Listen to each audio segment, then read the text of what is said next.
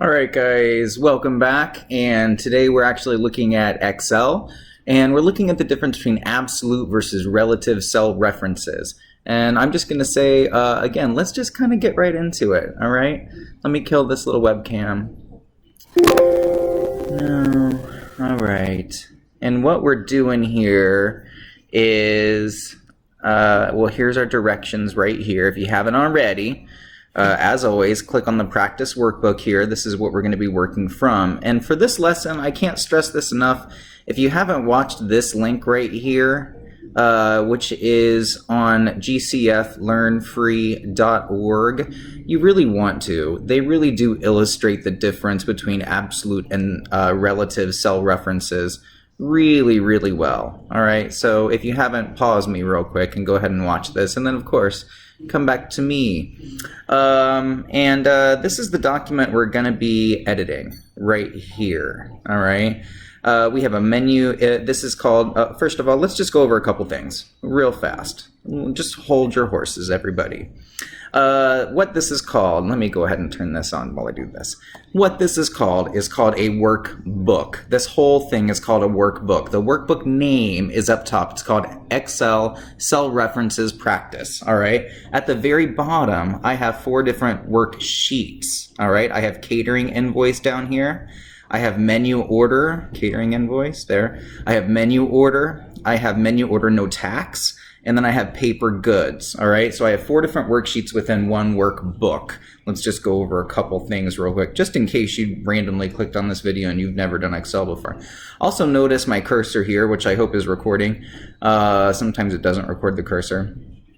The white cross that you see is a selection cross. You can click and drag and select a cell range, all right? And you can always tell which cell you're clicked on just by kind of looking up here in the upper left corner, all right? Right now I'm on B16. So there, a couple of things. Now let's talk about formulas. We're gonna start out by going on the menu order no tax worksheet.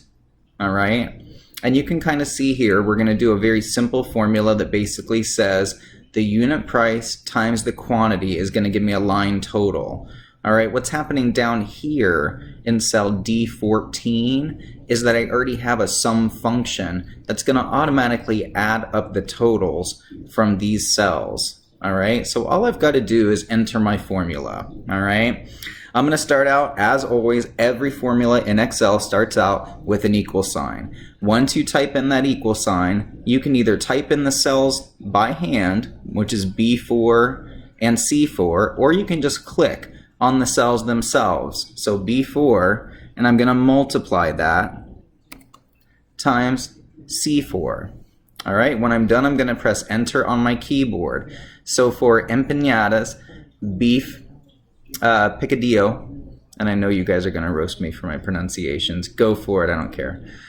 I'm going to pay $44, but I'm actually getting 15 of them, so that's not too bad. All right, and then I can, if I hover my mouse in the corner of cell D4, my cursor is going to change from a white cross to a skinny black cross. And at that point, I can double tap if you're doing a trackpad, or double click and pull this down. All right. And now what that is called is a relative cell reference. So we started out up here multiplying cell B4 times cell C4. And then down here, look at that, our formula modified itself relative to where we copied it to. So since we copied it to row 5, it modified our cell reference to read row 5. Same thing here. This is now multiplying B6 times C6.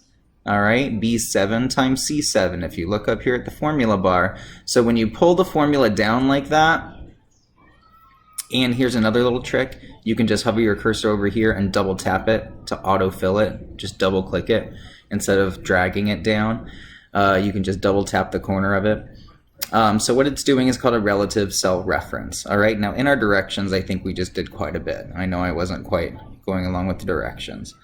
So we did this, locate the fill handle, drag, release the mouse, select the worksheet menu order. This is where we are now. And this is where we're going to talk about an absolute cell reference versus what we just did, which was a relative cell reference. So on the menu order worksheet, you're going to click in cell D4. All right, we're going to do the same thing. We're going to start out by typing the equal sign. We're going to multiply the unit price times the quantity. And I'm going to have to multiply that times the sales tax, which is right up here in cell E2. All right, now here's the deal. According to the order of operations, I don't really have to use parentheses here. It's going to multiply straight across. So it's going to say B4 times C4, and then the total of that will be multiplied by E12. So I can just press enter here. However, there are times where you will want to use parentheses and use your order of operations to isolate certain functions, all right, so that certain things happen first. And there will be lessons in the future where we actually get into harder, more complex formulas where you will have to use the order of operations. And I always kind of find it funny because people find the order of operations confusing still, even though it's one of the first lessons we are taught in math. So here's the deal. If I just press enter, you're going to notice that I'm paying a sales tax of $3.36, which sounds about right. Total $48.21 for my goods. I can actually, I'm going to try my little trick and just double tap this, but don't freak out if it doesn't work. Oh, look at that. So what really happened here? Well, if you look at our formula, I was multiplying times cell E2 in order to get my taxable amount, all right? Oh, sorry, my ferret was sneezing. You could hear it. But if I move my cursor down to cell D5, look what happened. It's now multiplying at time, it's no longer multiplying at times cell E2, which is what I want. It's moved down and it's multiplying at times cell E3 because formulas copy themselves or adjust themselves relative to where you copy them to. So what we need to do here is we need to isolate the formula and have every single value, every single formula here multiplied by cell E2 when I use my fill handle to pull down this formula. So what I'm going to do is I'm going to come up here and I'm going to click right beside E2, and a little shortcut is to just press F4 on your keyboard. And what that does, or you can just manually type it, but if you just press F4 on your keyboard, you're going to get a dollar sign in front of the E and a dollar sign in front of the 2. And what that does is it keeps my formula stationary as far as multiplying it times cell E2. Now I can just double click and fill my formula down, and now if you look up here, every single line is multiplying by cell E2. It's no longer adjusted itself so that the formula copies itself relative. It's now using what's called an absolute cell reference. All right, isn't that cool? I know. All right, let's look at our directions again. Navigate to the catering invoice worksheet. Select cell C4. All right. Catering invoice worksheet. Wait, did we do this? Did we do the paper goods stuff? Oh, I guess that comes later. Catering invoice worksheet. And what we're going to do here is called a formula across multiple worksheets. So catering invoice. What it wants is the menu order total from the menu order worksheet, which is right here. All right.